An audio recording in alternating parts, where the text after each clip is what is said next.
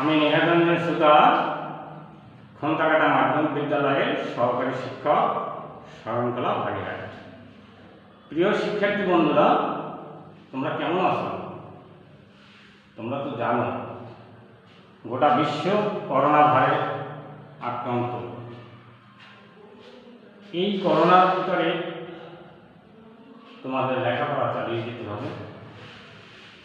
আমরা সরাসরি বিদ্যালয়ে ক্লাস নিতে পারছি না, তাই অনলাইনের মাধ্যমে তোমরা এই ক্লাসগুলো ভালোভাবে বুঝে নেবে। শিক্ষার্থী বন্ধুরা, আজকে আমি স্বামী বিবেকানন্দের জীবনের উপরে আলোচনা করব। তোমরা মনোযোগ সহকারে শুনবে। প্রথমে স্বামী বিবেকানন্দের সেই অমর বাণী দিয়ে শুরু করছি। বহুরূপের সম্মুখে তোমার সারি কথা কথিত ঈশ্বর, জীবে প্রেম করে যেই জন সেই জন সেবিত ঈশ্বর। আমি বাণীটা একটু বোর্ডে লিখে নিচ্ছি।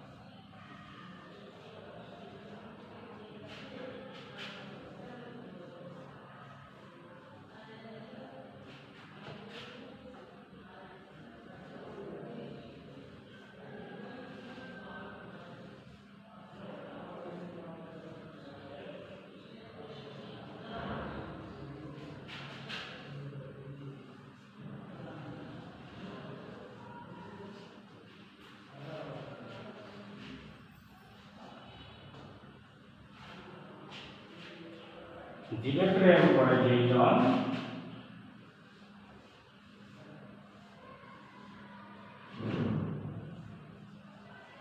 প্রেম করে যেই জন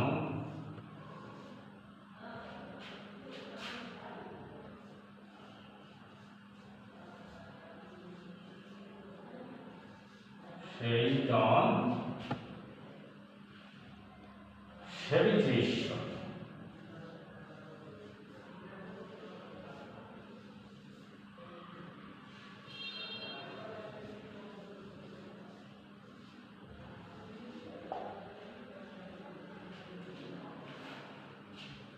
প্রিয় শিক্ষার্থী বন্ধুরা, স্বামী বিবেকানন্দের বাণীটি হচ্ছে, বহুরূপের সম্মুখে তোমার সারি কোথা খুঁজিত ঈশ্বর। প্রশ্নবোধক চিহ্ন। জীবের প্রেম করে যেই জন সেই জন সেবিত ঈশ্বর। জীবের প্রতি প্রেম ভালোবাসা, ঈশ্বর জ্ঞানে জীব সেবা, এমন কথা আর কি কবে বলেছেন? শুধু একজনই বলেছেন, আর তিনি হচ্ছেন এই অমর বাণীর প্রবক্তা স্বামী বিবেকানন্দ। এই স্বামী বিবেকানন্দ 1863 খ্রিস্টাব্দের 12ই জানুয়ারি কলকাতায় তার জন্ম। পিতা বিশ্বনাথ দত্ত ছিলেন কলকাতা হাইকোর্টের একজন বিখ্যাত উকিল এবং মাতা ভুবনেশ্বরী দেবী ছিলেন একজন সুগৃহিণী। আমরা এই বিবেকানন্দের পূর্ব নাম সেটাও জেনে নেব। এই স্বামী বিবেকানন্দের বাল্যজীবনের নাম ছিল নরেন্দ্রনাথ দত্ত। তিনি ছিলেন অত্যন্ত মেধাবী। সেই শিশু বয়স থেকেই বিশেষ করে তার দর্শন শাস্ত্রে ছিল অগাধ পাণ্ডিত্য। তিনি যখন জেনারেল অ্যাসেম্বলি কলেজের ছাত্র, তখন কলেজের অধ্যক্ষ হেস্টি এক বিতর্ক সভায় নরেন্দ্রের প্রতিভার মুগ্ধ হয়ে বলেছিলেন, জার্মান বা ইংল্যান্ডের কোনো বিশ্ববিদ্যালয়ে তার মতো কোনো ছাত্র খুঁজে পাওয়া যাবে না। ভাবাই যায় না যে স্বামী বিবেকানন্দ এতটা প্রখর মেধাবী এবং বুদ্ধিমত্তার অধিকারী ছিলেন। এই নরেন্দ্রনাথই 1884 সালে বিএ পাস করেন, কিন্তু তার আগেই কিন্তু তার মনের ভিতরে একটা পরিবর্তন এসেছিল। সেই ছাত্রজীবন থেকেই তার মনে এমন একটা পরিবর্তন এসেছিল, তিনি কেবল ঈশ্বর সম্পর্কে চিন্তা করতেন। ঈশ্বর কি আছেন? এই প্রশ্ন তার মনের ভিতর দাঁড়া করতে লাগল। ঈশ্বর কি আছেন? তাকে কি দেখা যায়? যা কল্পনা করা যায় না, সেরকম তার ভিতরে যে চিন্তা চেতনা উন্মেষ ঘটেছিল, যা বিশ্ববাসীকে ভাবিয়ে তুলছিল যে তিনি কত জ্ঞানের অধিকারী ছিলেন। এ ধরনের প্রশ্ন তার মনকে আন্দোলিত করত সবসময়, যে ঈশ্বর কি আছেন? তাকে কি দেখা যায়? তিনি এরকম প্রশ্ন কিন্তু অনেককে করেছেন, কিন্তু কারো কাছে কোনো মনোভূত উত্তর দেননি। তিনি সদুত্তরের খুঁজে বিভিন্ন মনীষীর শরণাপন্ন হয়েছিলেন। পরে তিনি একসময় একদিন কালীর সাধক শ্রী রামকৃষ্ণের সঙ্গে দেখা করেন। রামকৃষ্ণ তখন দক্ষিণেশ্বরে কালীবাড়িতে থাকেন। এই নরেন্দ্রনাথ একদিন তার কাছে গিয়ে সরাসরি প্রশ্ন করে বসলেন এবং জিজ্ঞেস করলেন যে আপনি কি ঈশ্বর দেখেছেন? ভাবাই যায় না যে এরকম প্রশ্ন তিনি শ্রী রামকৃষ্ণ পরমহংসদেবকে করবেন। রামকৃষ্ণ ঠিক তেমনিভাবে সহজ সরলভাবে উত্তর দিল, হাসতে হাসতে, হ্যাঁ দেখেছি, যেমন তোকে দেখেছি চাইলে তোকেও দেখাতে পারে। আসলে গুরু এবং শিষ্যের যদি সেই মনসংযোগ না হয় তাহলে সেখানে মিলন ঘটে না। কিন্তু এই শ্রী রামকৃষ্ণ যেমনি ছিলেন গুরুদেব স্বামী বিবেকানন্দের, আর তেমনি স্বামী বিবেকানন্দ তার একজন একনিষ্ঠ শিষ্য ছিলেন। এই সাদাসিধে সাধক শ্রী রামকৃষ্ণকে নরেন্দ্রনাথের ভালো লেগেছিল। তার প্রিয় শিষ্যই ছিলেন এই স্বামী বিবেকানন্দ। তিনি যেন এতদিন এই স্বামী বিবেকানন্দেরই অপেক্ষায় ছিলেন। নরেন্দ্রনাথ হন গৃহত্যাগী সন্ন্যাসী, তখন তার নাম হয় বিবেকানন্দ। পরবর্তীকালে ভক্তরা তাকে স্বামী বিবেকানন্দ বা শুধু স্বামীজি বলে ডাকতেন।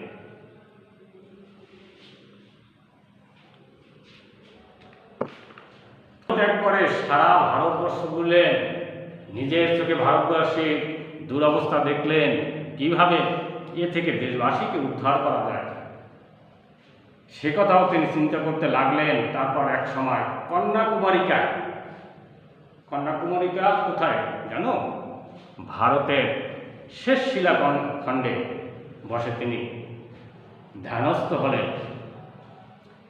ওই শিলাখণ্ডের নাম কিন্তু এখন বিবেকানন্দ শিলা।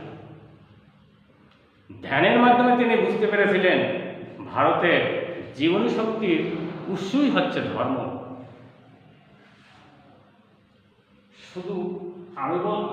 শুধু ধর্মই যে জীবনী শক্তির উৎস, এ কথা শুধু ভারতবর্ষ কেন, আমি বলতে চাই গোটা বিশ্ব আজকে পৃথিবীতে সুন্দরভাবে বাঁচার জন্য প্রত্যেকটা মানুষকেই এই ধর্মকে অবলম্বন করা উচিত। ধর্মই হচ্ছে একমাত্র পাথেয়। ধর্ম থেকে বিস্তৃত হয়ে আমরা কখনোই ভালোভাবে বাঁচতে পারি না, ঈশ্বরের সান্নিধ্য লাভ করতে পারি না।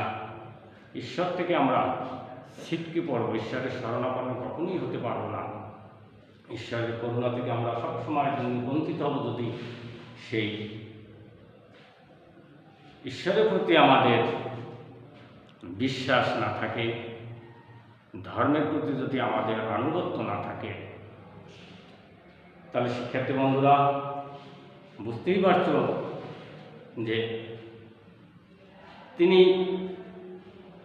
এই ধর্মকে অবলম্বন করে এবং ভারতের জীবনী শক্তির একমাত্র উৎস যে ধর্ম, এটা তিনি উপলব্ধি করতে পেরেছিলেন।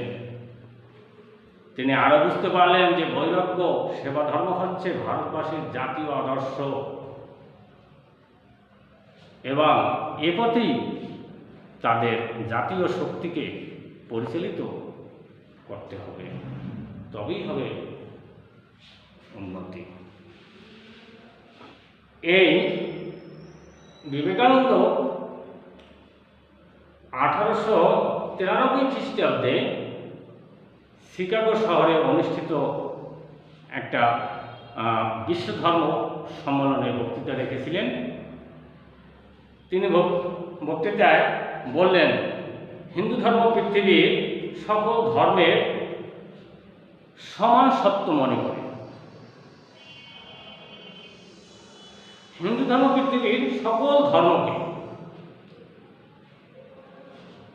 তিনি শুধু হিন্দু ধর্মকে না, সকল ধর্মকে সমান সত্য মনে করে। সব ধর্মেরই একটা লক্ষ্য হচ্ছে এক, অভিষ্ট লক্ষ্যই হচ্ছে এক। নদীসমূহ যেমন আমরা উপমা দিয়ে বলতে পারি যে নদীসমূহ যেমন এক সাগরে গিয়ে মিলিত হয়, তেমনি সকল ধর্মের লক্ষ্য এক এবং ঈশ্বর প্রাপ্তি। তাই বিবাদ নয়। স্বামী বিবেকানন্দ এরকমই বলেছিলেন যে তাই বিবাদ নয়, সহায়তা, বিনাশ নয়, পরস্পরের ভাবগ্রহণ, মতবিরোধ নয়, সমন্বয় ও শান্তি। তিনি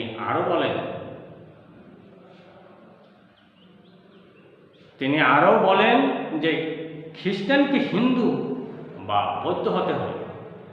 একথাও তিনি বলেছিলেন যে খ্রিস্টানকে হিন্দু বা বৌদ্ধ হতে হবে না, অথবা হিন্দু বা বৌদ্ধকে খ্রিস্টান হতে হবে না, কিন্তু প্রত্যেক ধর্মই অন্যান্য ধর্মের সারভাগগুলি গ্রহণ করে পুষ্টি লাভ করবে এবং নিজস্ব বিশেষত্ব বজায় রেখে নিজ প্রকৃতির অনুসারে বিকাশ লাভ করবে। কত সুন্দর কথা তিনি বলেছিলেন যে হিন্দুকে খ্রিস্টান হতে হবে না বা কোনো খ্রিস্টানকে হিন্দু হতে হবে না, কিন্তু প্রত্যেক ধর্মের সারভাগগুলো গ্রহণ করে পুষ্টি সাধন করে নিজস্ব সত্তা বজায় রেখে আমাদের বিকাশ লাভ করতে হবে। এই মনীষীর এরকম বক্তৃতা শুনে সবাই মুগ্ধ হয়েছিলেন। ধর্ম বিচারে তিনি শ্রেষ্ঠ হন। আমেরিকার নিউ ইয়র্ক হেরাল্ড পত্রিকা মন্তব্য করে বলছিলেন এই স্বামী বিবেকানন্দ সম্পর্কে। কি বলছিলেন? যে স্বামী বিবেকানন্দের বক্তৃতা শোনবার পর মনে হয় ভারতের মতো জ্ঞানৈশ্বর্য মণ্ডিত উদ্দেশ্যে আমাদের দেশে ধর্ম প্রচারক পাঠানো নির্বুদ্ধিতার কাজ। কত বড় সাংঘাতিক কথা তার সম্বন্ধে বলেছিলেন যে তিনি এমনই বক্তৃতা রেখেছিলেন যা পরস্পরকে ভ্রাতৃত্ববোধ, ভগ্নী নিবেদিতা এরকম একটা সম্পর্ক নিয়ে সবাইকে সম্বোধন করে বিশ্ববাসী সবার উদ্দেশ্যেই তিনি একই মন্ত্রে একই সুতার বার্তার জন্য তিনি সার্বজনীন বক্তৃতা রেখেছিলেন। ধর্মসভার বক্তৃতার পর সারা আমেরিকা কিন্তু এই বিবেকানন্দের নাম ছড়িয়ে পড়ে। বিভিন্ন জায়গা থেকে আমন্ত্রণ আসে বক্তৃতার জন্য। তিনি হিন্দু ধর্মদর্শন, বিশেষত বেদান্ত দর্শন ও মানব ধর্ম সম্পর্কে একের পর এক বক্তৃতা দিয়ে আমেরিকা জয় করে। বেদান্ত দর্শন ও মানব ধর্ম সম্পর্কে তিনি বুঝতে পেরেছিলেন যে বেদান্ত দর্শন ও মানব ধর্মই হচ্ছে শ্রেষ্ঠ। সেখানকার সংবাদপত্রগুলোতে তাকে সাইক্লোনিক হিন্দু নামে অভিহিত করেছিলেন। এই স্বামী বিবেকানন্দকে কি নামে? সাইক্লোনিক হিন্দু নামে অভিহিত করেছিলেন। শিক্ষার্থী বন্ধুরা, তোমাদের বুঝতে কি কোনো সমস্যা হচ্ছে? তার দর্শন, মানব ধর্ম সম্পর্কে তিনি যে উচ্চ মার্গের বক্তব্য রেখেছিলেন, তাতে আমেরিকাবাসী মুক্ত হয়ে তাকে সাইক্লোনিক হিন্দু নামে অভিহিত করছিলেন। এই বেদান্তের শাস্ত্রের মূল কথা কি জানো? এই বেদান্ত শাস্ত্রের মূল কথাই হচ্ছে যে জীব ও ব্রহ্মে কোনো পার্থক্য নেই। জীবই ব্রহ্ম, তাই ব্রহ্মজ্ঞানে জীব সেবা করতে হবে। ওই যে বাণীটি আমি প্রথমে লিখেছিলাম যে বহুরূপের সম্মুখে তোমার সারি কোথা খুঁজিছ ঈশ্বর। তুমি কোথায় খুঁজেছ ঈশ্বর? এখানে কিন্তু একটা প্রশ্ন রাখা আছে। প্রিয় শিক্ষার্থী বন্ধুরা, এখানে একটা প্রশ্ন রাখা আছে, বুঝতে পারছো তো? যে বহুরূপের সম্মুখে তোমার সাথে কোথা খুঁজিছ ঈশ্বর। জীবে প্রেম করে যেই জন সেই ঈশ্বর। এই জীবের ভিতরে ঈশ্বরের, অর্থাৎ জীবকে ভালোবাসতে হবে, জীবকে ব্রহ্মজ্ঞানে সেবা করতে হবে।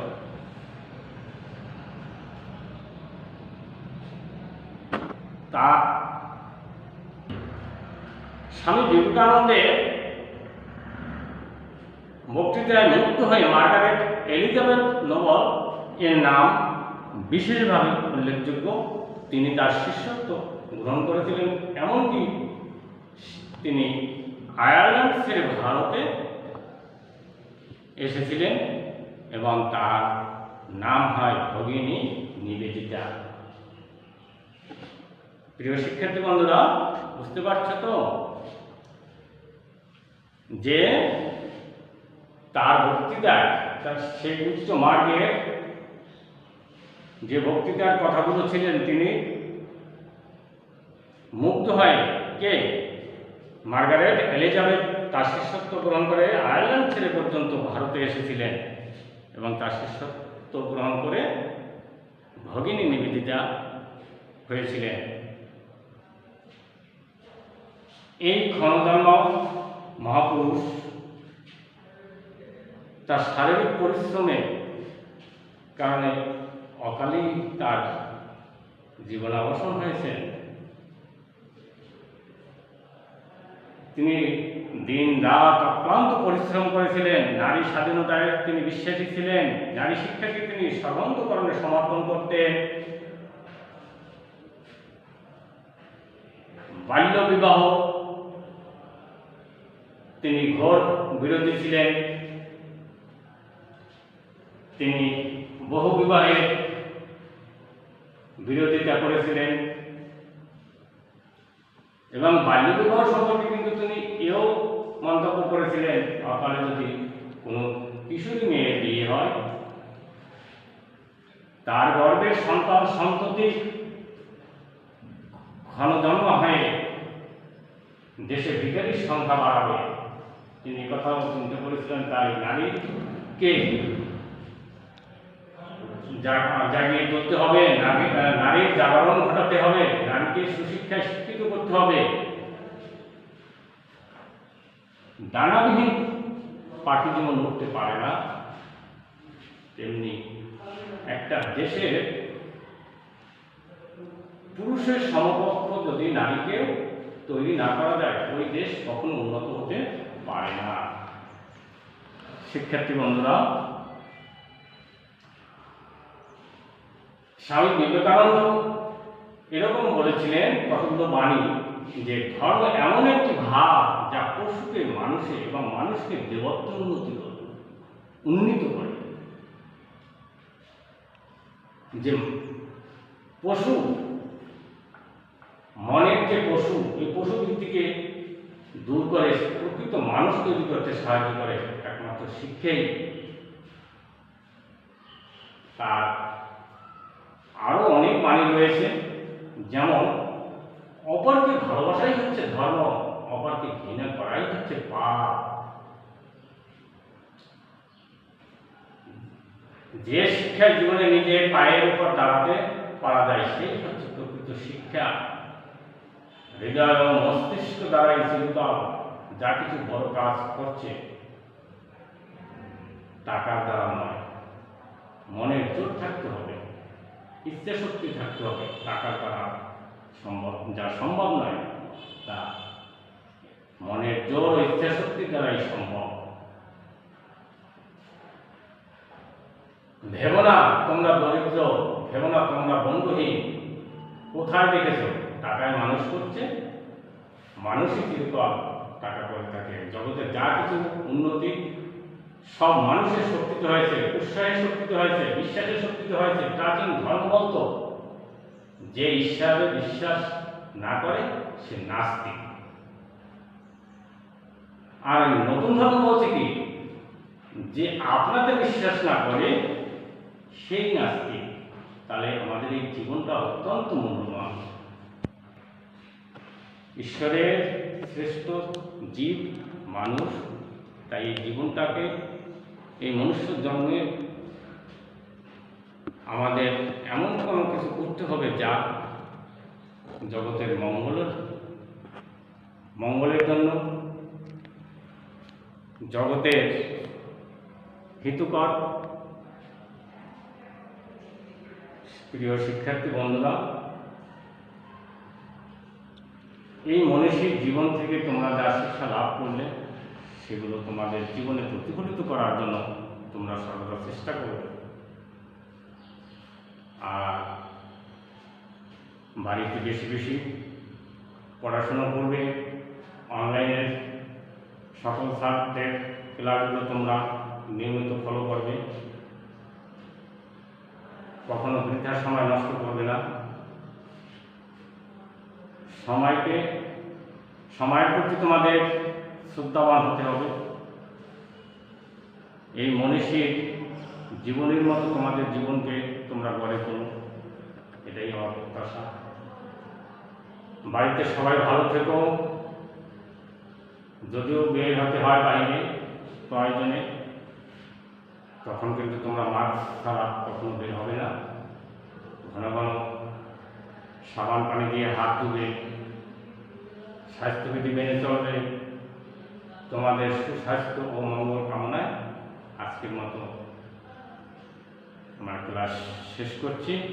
তোমরা ভালো থেকো, সুস্থ থাকো, নিরাপদে থাকো।